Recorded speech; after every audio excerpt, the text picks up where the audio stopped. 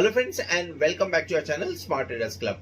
Last week हमने जब आपसे डिस्कशन किया था तो हमने ये बोला था कि इस चैनल के माध्यम से हम जो भी ट्रेडर्स और इन्वेस्टर्स मार्केट में हैं जो सीखना चाहते हैं डेफिनेटली उनके लिए हम कंटिन्यूसली वीडियोस अपलोड करेंगे और इस चैनल के माध्यम से हम अवेयरनेस क्रिएट करने की कोशिश करेंगे।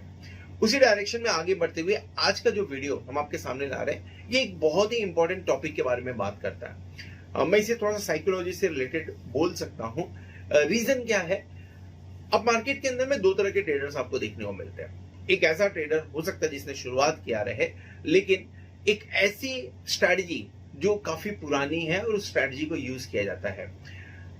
मैं ये नहीं बोलूंगा कि वो स्ट्रैटेजी कितनी सक्सेसफुल है, बिकॉज मैंने भी शुरुआत जब की थी तो उसी स्ट्रैटेजी से शुरुआत की थी, लेकिन फिलहाल के टाइम पे वो स्ट्रैटेजी कंप्लीटली बंद कर दी गई है। मैंने बंद कर दी है, मार्केट तो अभी भी यूज कर रहा है। सो क्या है एग्जैक्टली, मार्केट से जो न्यूज आता है उस न्यूज के ऊपर में काम करना, और एक स्ट्रैटेजी होती है प्राइस एक्शन वाली स्ट्रैटेजी। दोनों स्ट्रैटेजी को मैं आपको एक्सप्लेन करता हूं। जब मैं न्यूज की बात करता हूं तो डेफिनेटली हम किसी कंपनी के बारे में पॉजिटिव न्यूज देखते हैं, किसी कंपनी के बारे में नेगेटिव न्यूज देखते हैं, इकोनॉमी रिलेटेड कुछ पॉजिटिव और नेगेटिव न्यूज आता है, आरबीआई का जो रेपो रेट होता है चेंज होता है, जो मॉनेटरी पॉलिसी होती है उसके अंदर में कुछ चेंजेस देखने को मिलते हैं। इन सब के चलते हुए मार्केट के ऊपर में जो ओवरऑल इंपैक्ट पड़ता है, या रिजल्ट सीजन की बात कर लेते हैं, रिजल्ट के चलते हुए जो मार्केट पे जो पर्टिकुलर स्क्रिप्ट पे जो इंपैक्ट पड़ता है उसे हम एक अपॉर्चुनिटी के हिसाब से यूज करते हैं, जहां पे कुछ पैसे बनाने की कोशिश की जाती है। मार्केट में हमेशा एक ही चीज बोला गया है, always act on rumours and book your profit और लॉस ऑन न्यूज। मींस बहुत ही क्लियर है, आपके पास में जो न्यूज आता है वो आउटडेटेड न्यूज होता है।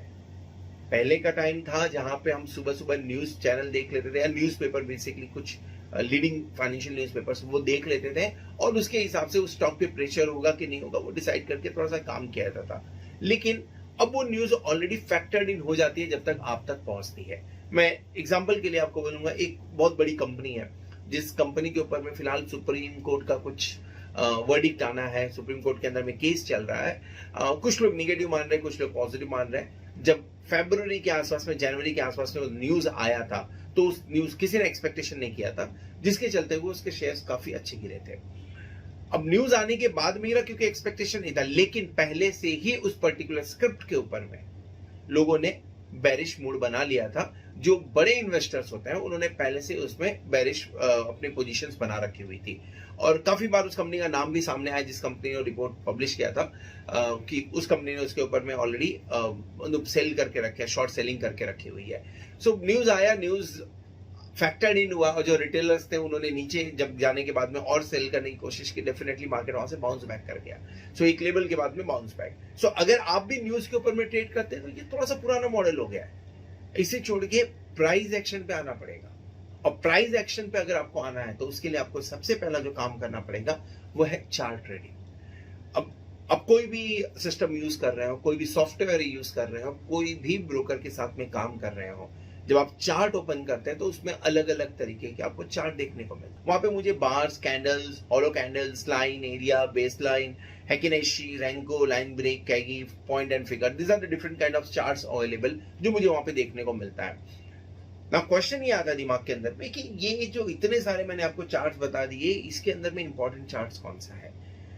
आप जिस भी चार्ट से कंफर्टेबल हो वो चार्ट आपके लिए इंपॉर्टेंट है, लेकिन आप जिस भी चार्ट पे काम कर रहे हो, जिस चार्ट को आप यूज कर रहे हो, उस चार्ट को यूज करने की वजह से अगर आपको उतना प्रॉफिट नहीं हो रहा है जितना आप एक्सपेक्टेशन रखते हो, तो definitely it's time to change your chart. अभी आपको क्वेश्चन पूछा, इस क्वेश्चन के ऊपर में तो 99% लोग बोलेंगे कि हाँ मैं जितना एक्सपेक्ट कर रहा हूं उतना प्रॉफिट नहीं मिलता है। लेकिन इन सब चार्ट के अंदर में जो मैं प्रीफर करता हूं और जो मेरे ख्याल से 90% ऑफ दी जो ट्रेडर्स हैं वो यूज करते हैं, वो है कैंडल स्टिक चार्ट। हैकिनेशी आजकल थोड़ा सा फेमस हो रहा है, लेकिन अगर आप डेरिवेटिव में ट्रेड करते हो या आप इंट्राडे ट्रेडर भी हो तो हैकिनेशी कहीं ना कहीं थोड़ा लैगिंग है, तो हैकिनेशी में उतना मजा नहीं आता। लेकिन कैंडल स्टिक एक ऐसा पैटर्न है, कैंडल स्टिक एक ऐसा चार्ट है जिसके अंदर में आपको काफी कुछ सीखने को मिलता हुआ है। Before I speak about candle sticks, मैं आपको कुछ पैटर्न बता देता हूँ कैंडल स्टिक्स के जो इंपॉर्टेंट है, then will talk about the candle sticks. Candle sticks के अंदर में आप, और इसके पहले आप एक चीज समझना काफी इंपॉर्टेंट है कि जो मैं पैटर्न्स आपको बता रहा हूँ, हर पैटर्न्स के ऊपर में आपकी मास्टरी होनी जरूरी नहीं है। अगर आप कुछ पैटर्न्स के ऊपर में मास्टरी कर लेते हैं, कुछ पैटर्न्स को आप महीनों तक प्रैक्टिस कर लेते हैं, सो आपको बाकी पैटर्न्स देखने की जरूरत भी नहीं है। सो जो इंपॉर्टेंट पैटर्न्स कैंडल स्टिक्स के अंदर में बनते हैं, उसके अंदर में हम बात कर सकते हैं। डोजी एक बहुत इंपॉर्टेंट, मैंने ऑलरेडी मेंशन कर रखा हुआ है। बुलिश इंगल्फिंग की हम बात कर सकते हैं।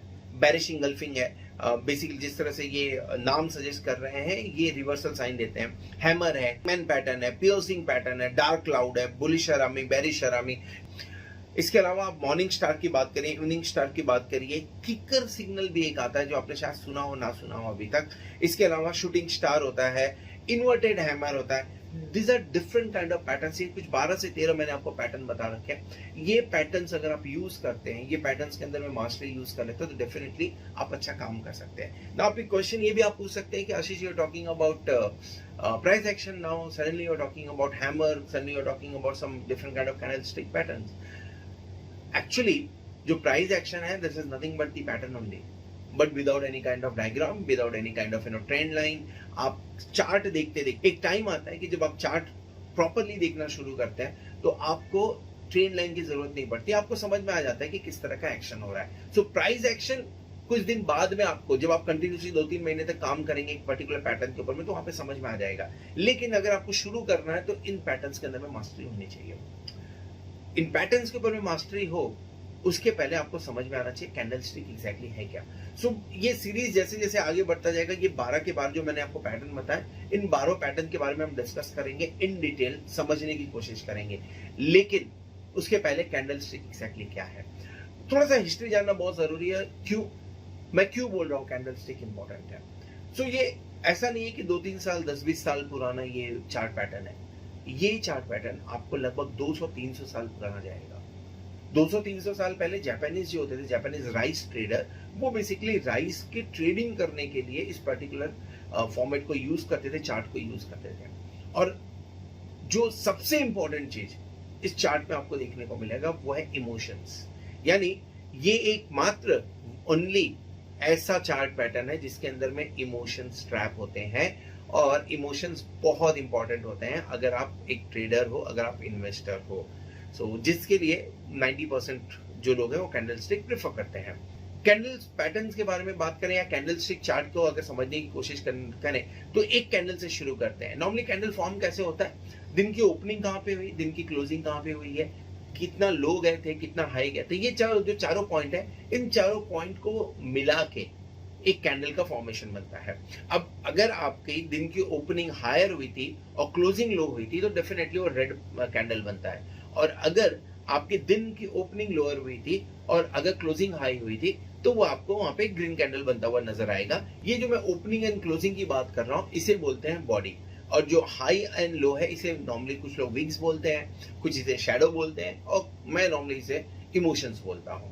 ये क्यों इंपॉर्टेंट है इसे समझने की कोशिश करिए। लेट्स से कोई एक पर्टिकुलर स्टॉक 300 रुपीज के आसपास में ओपनिंग होती है उसकी, दिन के दौरान मार्केट बहुत अच्छा चल रहा था जिसके चलते हुए ये ऊपर की तरफ जाता है 310 के आसपास में, 3% के आसपास का रफली एक अमाउंट, इतना तो पॉसिबल बनता ही है अगर अच्छा मूड माहौल हो तो। लेकिन जब क्लोजिंग हो रही तो क्लोजिंग होते समय ये नीचे की तरफ आते हुए लगभग 304-305 के आसपास में क्लोज होता है। यानी दिन के दौरान इसने हाई तो 310 का लगाया था, लेकिन इसने जो क्लोजिंग की वो सिर्फ 5 पॉइंट्स ओपन हुआ है, इसके नीचे कोई भी शैडो नहीं है, यानी लोअर बनाया नहीं है। अब ये पर्टिकुलर जो आपको पैटर्न, ये पर्टिकुलर कैंडल देखने को मिल रहा है, ये आपको ये इंडिकेट करता है कि ओपनिंग स्ट्रांग है, यहाँ पे बायर्स बैठे हुए हैं। दिन के दौरान बायर्स दिखे भी, लेकिन उसी दिन में आपको अच्छी खासी प्रॉफिट भी देखने को मिली हुई है। यानी अगर आपको इस कैंडल को ध्यान में रखते हुए तुरंत मार्केट में एंट्री करने की अगर आप सोच रहे हो तो शायद आप एक गलती कर सकते हैं। क्यों? क्योंकि 310 से 305, 304 तक आपको सेलर्स भी अवेलेबल दिख रहे हैं। ये इमोशन कैप्चर करता है, ये इमोशन आपको ये इंडिकेट करता है कि दिन के दौरान मार्केट 310 के हाई तक तो गया था, लेकिन उसके बाद में वहां से सेलर है बैठे हुए हैं जो इसे नीचे लाने में सक्सेसफुल हुए हैं। सो अगर आप एंट्री करने की सोच रहे हो तो आपको एटलीस्ट एक डिसिसिव मूव चाहिए 310 के ऊपर में। इसके लिए हम बोलते हैं कैंडल इंपॉर्टेंट होता है। सेम वे में अगर मार्केट ओपनिंग होती है 300 के आसपास में और नीचे की तरफ में जाता है, जहां पे लेट्स से 296 के आसपास में जाता है, उसके भी नीचे 290 के आसपास जाता है, लेकिन जब क्लोजिंग हो रही है तो मार्केट थोड़ा सा 300 के आसपास है, लेट्स से 298 के आसपास में आपके आके क्लोज हो जाता है। इसका कहने का मतलब क्या हुआ, भले मार्केट बेरिश मूड में था, 300 के आसपास में ओपनिंग हुई और 290 तक गया भी, लेकिन 290 के आसपास में आपको बायर्स देखने को मिले, जिसके चलते हुए मार्केट ऊपर की तरफ आके क्लोजिंग दिया। भले ये नेगेटिव क्लोजिंग है, 1 रुपए 2 रुपए 1 पॉइंट 2 पॉइंट की नेगेटिव क्लोजिंग है, लेकिन आप ये देखिए कि नीचे से 8 पॉइंट का विक बना हुआ है, 8 पॉइंट का इमोशन बना हुआ है। मतलब अगर आपको बेरिश मूड लेना है इस पर्टिकुलर स्टॉक में तो आपको 290 के नीचे ही लेना चाहिए, और अगर आपको बुलिश स्टैंड लेना है, डेफिनेटली बुलिश सिग्नल बनता है एक, सो आप एक 295 के आसपास में एक बाइंग पोजीशन अगर मिले तो एक बार वो भी क्रिएट कर सकते हैं विद स्टॉप लॉस ऑफ 290 289 इसके आसपास में काम कर सकता है। सो बेसिक है, बहुत ही बेसिक हमने आज डिस्कस किया हुआ है, और इसके बारे में और ज्यादा डिस्कस करेंगे नेक्स्ट वीक में जब हम बात करेंगे, तो will discuss about a pattern, we'll discuss about doji, let's start with doji only, और समझने की कोशिश करेंगे कि किस तरह से डोजी को ध्यान में रखते हुए हम ट्रेड कर सकते हैं। आप स्टॉक को अगर नजर डालेंगे, मैंने अभी चार्ट पे दिखाया भी आपको, किसी भी स्टॉक को या किसी चार्ट को अगर नजर डालेंगे तो वहां पे आपको देखने को मिलेगा कि एक बढ़िया मूवमेंट के बाद में डोजी बनता हुआ नजर आता है। तो डोजी आपके लिए क्यों इंपॉर्टेंट है as a trader, as a investor, उसके बारे में हम बात करेंगे नेक्स्ट वीक के अंदर में। फिलहाल मैंने ये जो 12 पैटर्न आपको बताएं, इस 12 पैटर्न के बारे में अगर आप रिसर्च करना चाहे तो आप खुद से एक बार रिसर्च करके रखिए। मीनवाइल आपको कोई भी क्वेश्चंस इस 12 पैटर्न के अंदर में समझ में आता है तो क्वेश्चंस को आप कमेंट बॉक्स में मेंशन कर सकते हैं, सो दैट हम जब वो वीडियो बनाएंगे तो उस वीडियो में उसे मेंशन करने की कोशिश करेंगे। So guys, thank you very much for watching this video. Hope आने वाला वीक आपके लिए जबरदस्त हो, होप आने वाला वीक के अंदर में आप अच्छा खासा प्रॉफिट कमाएं। Good night.